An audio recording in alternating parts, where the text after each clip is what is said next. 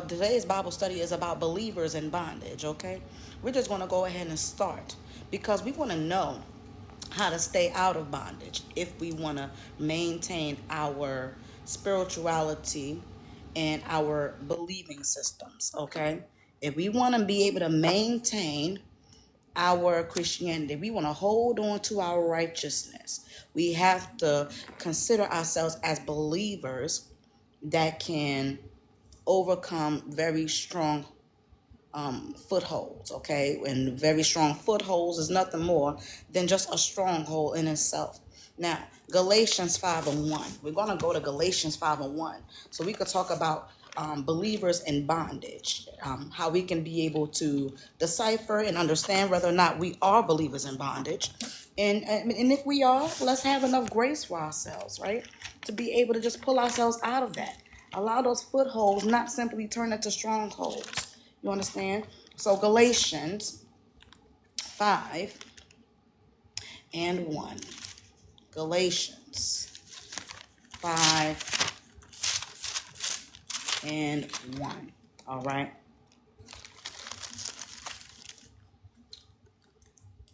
Now, it says here, stand fast, therefore, in the liberty by which Christ has made us free. And do not be entangled, okay, again, with a yoke of bondage. Lord have mercy, this is good already. Let me tell you something. We're going to read this one more time and then we're going to break this down. This is your first time here. Tell me where you're from. I think I do remember you. Hello, sir. God bless you. Thank you for coming again. I'm going to read that once again for the people in the back, no, the ones that's just coming in. Galatians 5 and 1, we're talking about believers in bondage. Stand fast, therefore, in the liberty by which Christ has made us free. God has created us. He has given us freedom. And his freedom and his dominion power, okay, from the moment that he was risen from the dead, he had all power in his hands. He had dominion power upon the earth. And that's why he was risen above and ascended into heaven, into the cloud, to sit on the right hand of God. Okay? That freedom has given us the power of the same liberty and freedom. So stand fast, therefore, in the liberty by which Christ has made us free. And do not be entangled again. My God, the fact that it says, do not be entangled again. You know what it means to be entangled, right?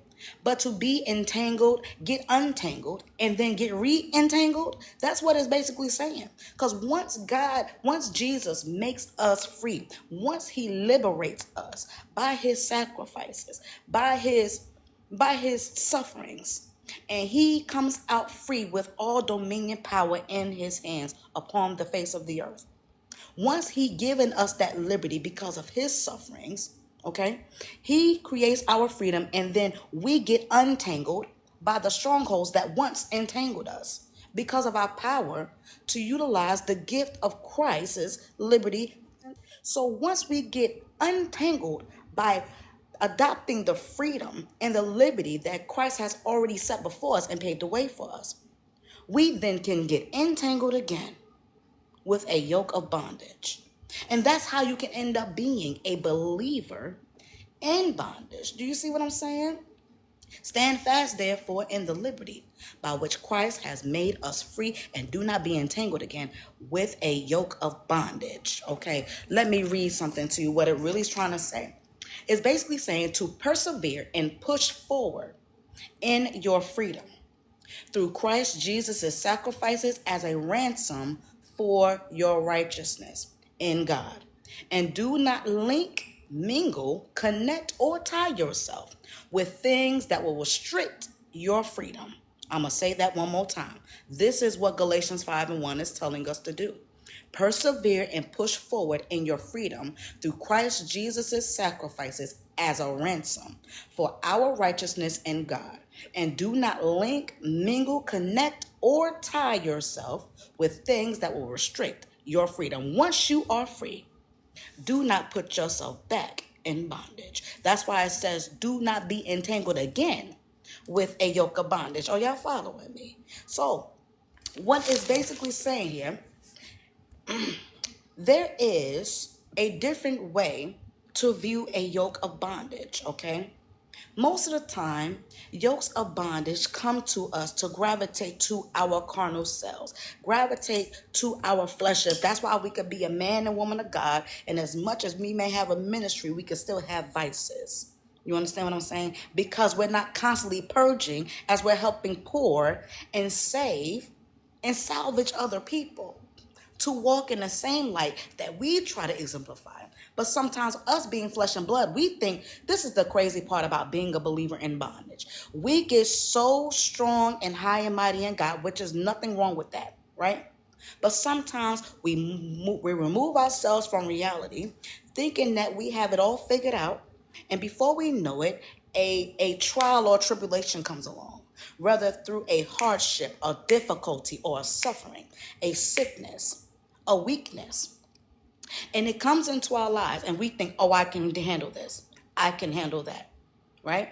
Before we know it, we falter because we think we have what it takes to make our flesh behave, and we don't. What the word says, the spirit is willing, but the flesh is weak. You see, that's what makes us want to snap at someone, even though we know better. That's what makes us want to lay in a bed with someone we know God did not design for our lives and didn't assign for us to be yoked with in the spirit. God didn't give us that go ahead. He didn't give us that clearance to create a soul tie with them. Yet we did, because while our spirits knew better, our fleshes didn't. While our spirits knew better, it wasn't enough to have dominion power over our fleshes. This is nothing more than a test of our faith. Okay, our faith will always be tested when one is faced with adversity. And those things will come in these three forms, like I just mentioned: hardship, difficulty, and suffering. It's not limited by those, though. Okay, since we are already promised days of trouble, okay, we might as well get what we need by following Christ's example so we can be liberated through our spirit and turn those yokes of bondage from strongholds to weak holds. You understand? I'm going to say that one more time. Faith will always be tested when one is faced with adversity. Since we are already promised days of trouble, as it says in Psalms 50 and 15, we might as well get what we need by following Christ's example so we can be liberated through our spirits and then turn those yokes of bondage from strongholds to weak holds. You see, the flesh is weak, and that is why we get taught all throughout Romans into Hebrews the dire spiritual education on why it is significant, okay, to not to kill the flesh, but to starve the flesh so we can be dead to sin. You see, it's not to make our flesh behave, but to have dominion over it. You see, we cannot make our fleshes behave, but we do have the power to have dominion over it. Okay, that's why we need a sweet spirit to help us conquer the things we would not have if we use our own carnal strengths. Okay, that's where we have to discover that the things of our carnal are not able to be conquered in the things of the spiritual. And that's where spiritual warfare comes in, to really test our faith, to really test our strength concerning the things of the natural and how much dominion power we have over that, and the strength of our spiritual through the liberation of Jesus Christ. Am I helping anyone? Am I helping anyone at all?